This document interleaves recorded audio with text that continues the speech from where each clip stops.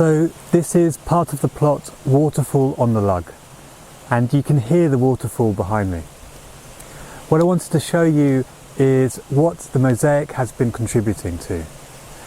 And you'll see behind me some new fencing. And this fencing does two things.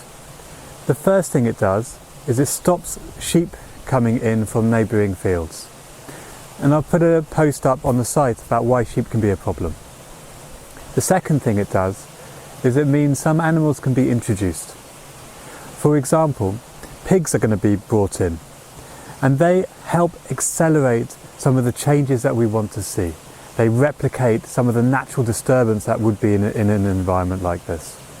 When they eat and look around for food, they dig up the ground, and that helps disturb the ground and encourage new species and new growth. Thank you for joining us on this journey, and I'll post a new update soon.